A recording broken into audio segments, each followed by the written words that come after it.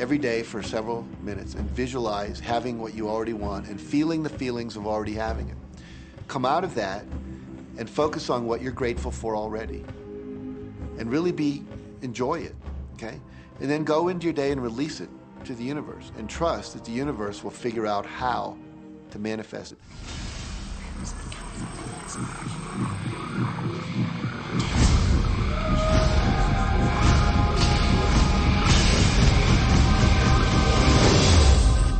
No, The Secret was definitely a real transformation for me because I grew up in a family where my dad was very negative, thought that rich people were people that had ripped everyone off, thought that anyone who had money, must have deceived somebody.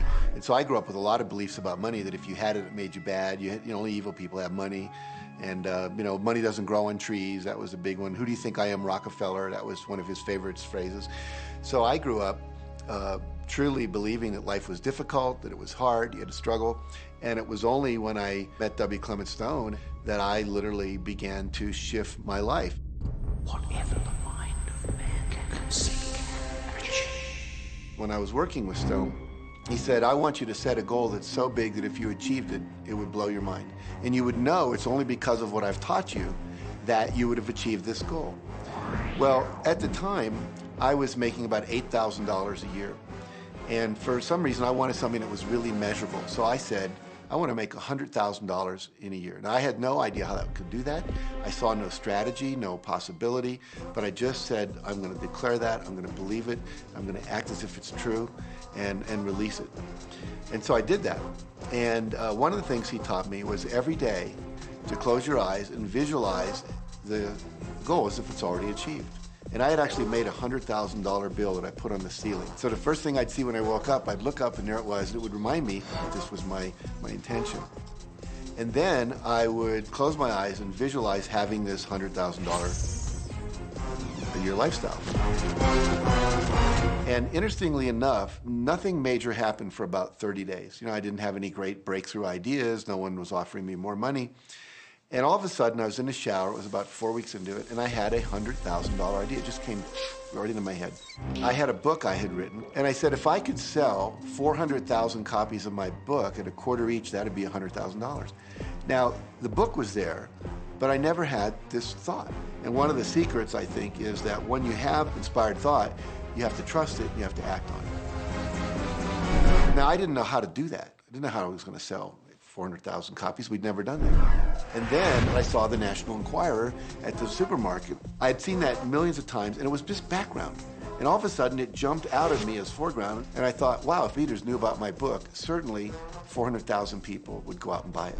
And about 6 weeks later, I gave a talk at Hunter College in New York to 600 teachers, and this lady comes up at the end and she says, that was a great talk. I'd like to interview you.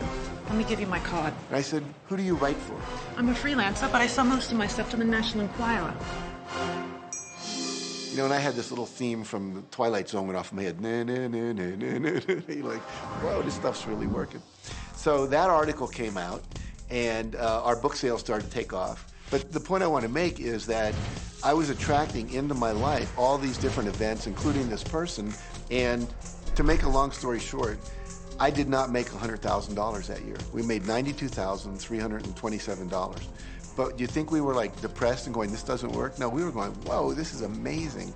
And so my wife said to me, wow, if it works for 100,000, you think it'd work for $1 million? And I said, I don't know. I think so. Let's try it. My publisher actually wrote me a check as a royalty check for our first Chicken Soup for the Soul book.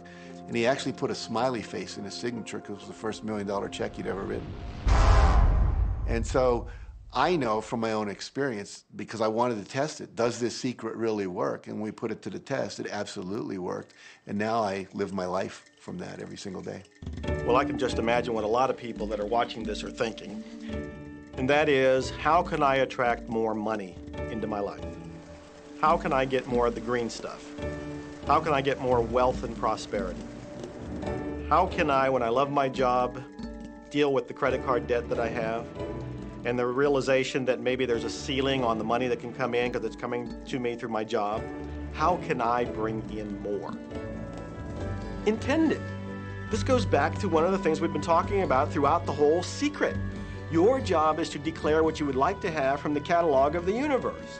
Well, if cash is one of them, say how much you would like to have.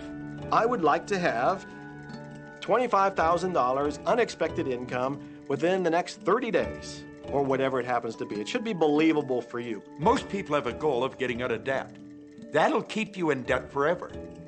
Whatever you're thinking about, you will attract. You'll say, but it's get out of debt. I don't care if it's get out or get in. If you're thinking debt, you're attracting debt. Set up an automatic debt repayment program and then start to focus on prosperity. So many times people say to me, well, I'd like to double my income in the next year. But then you look at their actions and they're not doing the things that are going to make that happen. And they'll turn right around and go, well, I can't afford that. Okay, guess what? Your wish is my command. As you are fussing about not having enough money, as you are talking to your friend about not having enough money, as you are feeling unhappy about not having enough money, you are actually activating within yourself or continuing the activation of a thought that is very different from the desire that you have launched. What it just comes down to is you just can't want more money and focus upon not enough. When I first understood the secret, I was getting bills. Every day I'd get a bunch of bills in the mail. And I thought, how do I turn this around? The law of attraction states that what you focus on, you will get. So I got a bank statement. I whited out the total and I put a new total in there. I put exactly how much I wanted to see in the bank. So I thought, what if I just visualize checks coming in the mail? So I just visualize a bunch of checks coming in the mail. Within just 1 month, things started to change. And it is amazing. Today, I just get checks in the mail. I get a few bills, but I get more checks than bills. I grew up on you have to work hard for money, you have to work hard for money. And so I replaced that with money comes easily and frequently. Now, in the beginning, it feels like a lie, right? There was a part of your brain that will say, oh, you liar, it's hard. So you have to know it's this little tennis match that will go on for a while. When it comes to creating wealth, wealth is a mindset. It's all about how you think. I'd say 80% of my coaching that I do one-on-one with folks is about their psychology and the way they think. And I know when people are listening, they say, oh, well, you can do it, I can't. Every person has the capability to change the way they're in a relationship and conversation with money. I find so many people who maybe make a tremendous amount of money, but their relationships stink. That's a technical term, by the way. And that's not wealth. It really isn't. You can go after the money and you might get rich, but it doesn't guarantee you'll be wealthy. I'm not suggesting that money isn't a part of wealth. It absolutely is, but it's only a part. And then I meet a lot of people who are quote unquote spiritual, but they're sick and broke all the time. That's not wealth either. Life is meant to be abundant in all areas. Many people in Western culture are striving for success. They want to have the home, they want their business to work, they want all of these things. But what I found in my research is that having those things certainly doesn't guarantee what we really want, which is happiness. And that's when all those outer things come. They don't come from going after them first to get happiness. It's backwards. You go for the sense of inner joy, of inner peace, of inner vision first, and then all the other things from the outside appear.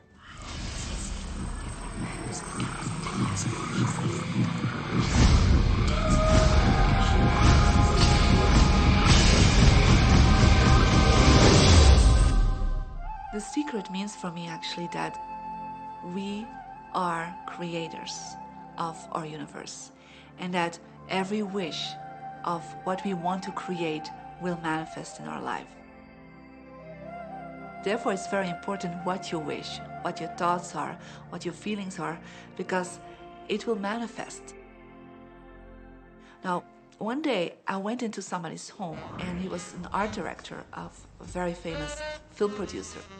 And in every corner, he had this beautiful image of a woman, a naked woman dressed with a fabric, kind of doing this, kind of saying, oh, I don't look at you, I don't see you, And I said, I think you have trouble in your romance. Are you a clairvoyant or something? No, but look, 7 places you have exactly that woman. But I love that kind of painting. I painted it myself. That's even worse, I said, because you put all your creation and your creativity in it. Now, he's this gorgeous-looking man. He has all these actresses around him because that's the work he does. He doesn't get romance. I said, what do you want? Well, I want to date 3 women a week. Okay, paint yourself with 3 women and hang it in every corner.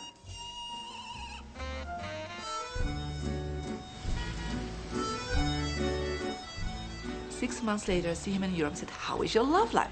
Great. They just call me. They all want to date me.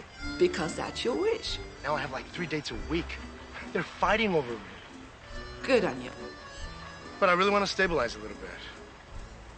I want marriage, and I want romance. Well, paint it, okay?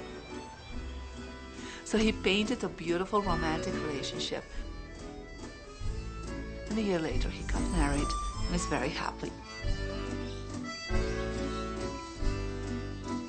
Because he put another wish out. But he wished it in himself for years, but it did not happen. Because his wish could not manifest because the outer level of himself, his house, was just contradicting himself all the time. So if you know this knowledge, you should start playing with it. Inside relationships, it's important to first understand who's coming into the relationship. And I don't mean about your partner, I mean about you. How can you ever expect anyone else to enjoy your company if you don't enjoy your own company? And so, again, the law of attraction, or the secret, is about bringing that into your life, and you've got to get really, really clear. Here's the question I would ask you to consider. Do you treat yourself the way that you want other people to treat you? You become the solution for you. Don't now you owe me and you need to give me more. Instead, give more to yourself. Take time off to give to yourself, in a sense, to fill yourself up to fullness, to where now you can overflow in giving. I got into many relationships expecting my partner to show me my beauty. I needed to see him showing me my beauty because I didn't feel beautiful. Because when I was growing up, my sheroes were Charlie's Angels, the Bionic Woman, Wonder Woman. And though they were wonderful women, none of them looked like me. It wasn't until I stopped and I fell in love with Lisa, full lips, round hips, mocha skin, afro, that the rest of the world began to fall in love with Lisa. There's something so magnificent about you. I have been studying me for 44 years. I want to kiss myself. Because you're going to get to love yourself. I'm not talking about conceit. I'm talking about a healthy respect for yourself. And as you love yourself, you'll love others. Sometimes people will say, those people at work are so negative, or the man I live with is so angry, or my children are so worrisome to me. And we say, you must orient yourself to the best part of those people who surround you. We encourage that you get a notebook and that you make a list of the positive aspects of the people that you spend a lot of time with.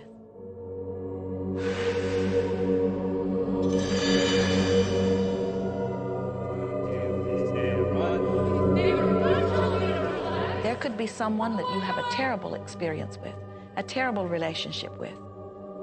And in the privacy of your own mind, and with quite a bit of work, we will admit, as you focus upon things that you like most, those people will become that mostly to you. And even though you cannot create in their reality, if they are in a mood or an attitude that doesn't match the mood or an attitude that you have about them, they'll zig while you zag. Law of attraction will not put you in the same space together. Your frequencies don't match up.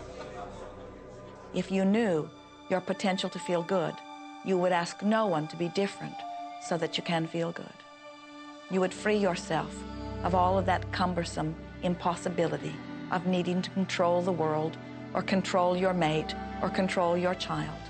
You are the only one who creates your reality. For no one else can think for you. No one else can do it. It is only you. Every bit of it you.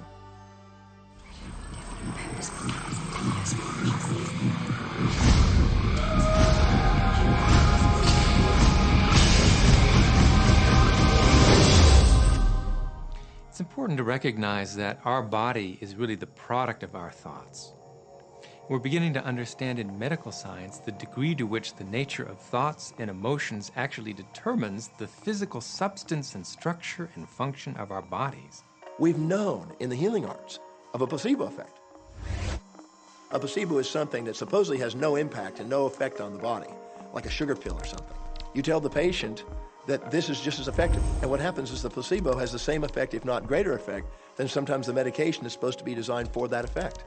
So they found out that the human mind is the biggest factor in the healing arts, more so than sometimes the medication.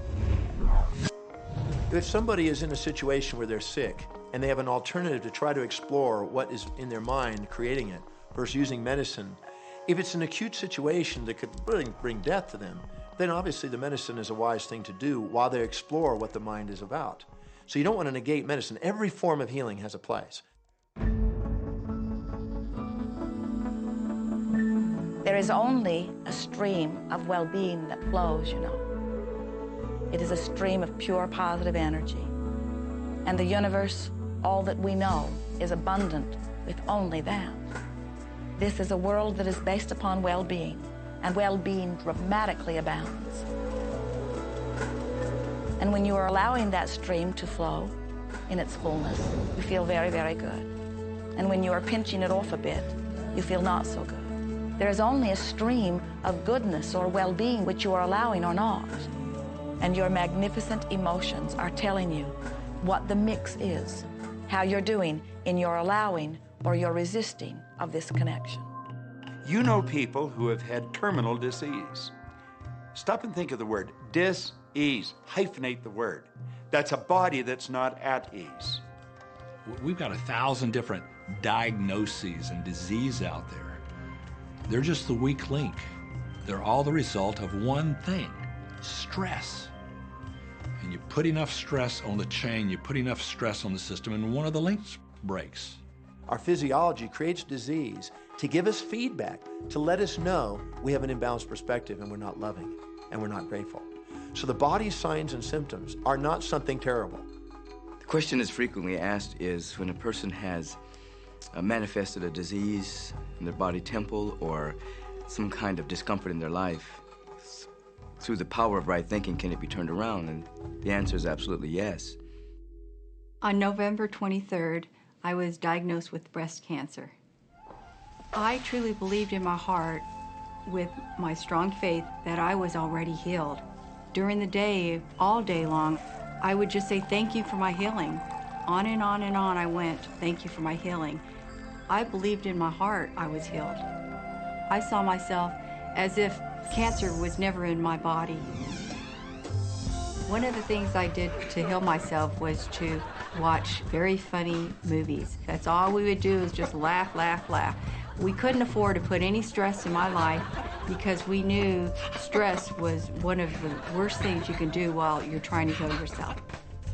From the time I was diagnosed, which was November 23rd, to the time I was healed totally was approximately 3 months.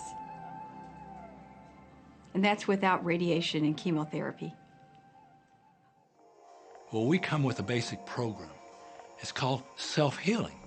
You get a wound, it grows back together. You get a bacterial infection, the immune system comes and takes care of those bacteria and heals it up. The immune system is made to heal itself. Dis-ease cannot live in a body that's in a healthy emotional state. Your body is casting off millions of cells every second, and it's creating millions of new cells. In fact, literally, parts of our body are replaced every day. Other parts take a few months, other parts a couple of years. But within a few years, we have a brand new physical body. If you have a disease and you're focusing on it and you're talking to people about it, you're going to create more disease cells. See yourself living in a perfectly healthy body. Let the doctor look after the disease. Can you feel the difference between having painful arthritis in your hips and feeling fearful about it, or having painful arthritis in your hips and feeling hopeful about it? The difference between fearful and hopeful is the difference between recovery or not. Happier thoughts lead to essentially a happier biochemistry, a happier, healthier body. Negative thoughts, stress, have been shown to seriously degrade the body and the functioning of the brain, because it's our thoughts and emotions that are continuously reassembling, reorganizing, recreating our body. Remove physiological stress from the body, and the body does what it was designed to do. It heals itself. I've seen kidneys regenerated. I've seen cancer dissolved. I've seen eyesight improve and come back. I always say that incurable means curable from within. You can change your life and you can heal yourself.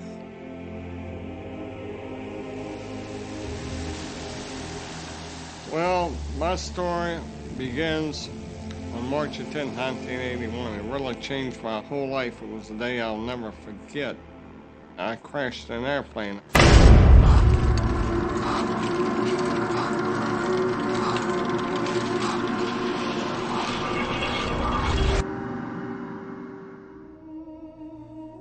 I ended up in the hospital completely paralyzed. My spinal cord was crushed. I broke the first and second cervical vertebrae. My swallowing reflex was destroyed. I couldn't eat or drink. My diaphragm was destroyed. I couldn't breathe. All I could do was blink my eyes. The doctors, of course, said all my life I'd be a vegetable. All I'd do is blink my eyes the rest of my life. That's the picture they saw of me, but it didn't matter what they thought. The main thing was what I thought.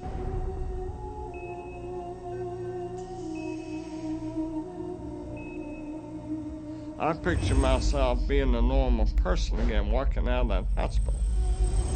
The only thing I had to work with in the hospital was my mind. As long as you have your mind, you can put things back together again.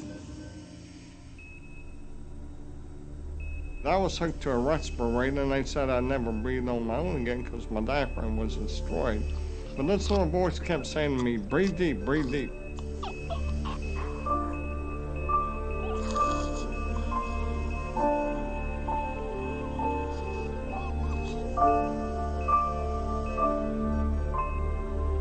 Finally, I was weaned from it. They were at a loss for an explanation. See, I could not afford to allow anything to come in my mind that would distract me from my goal and from my vision.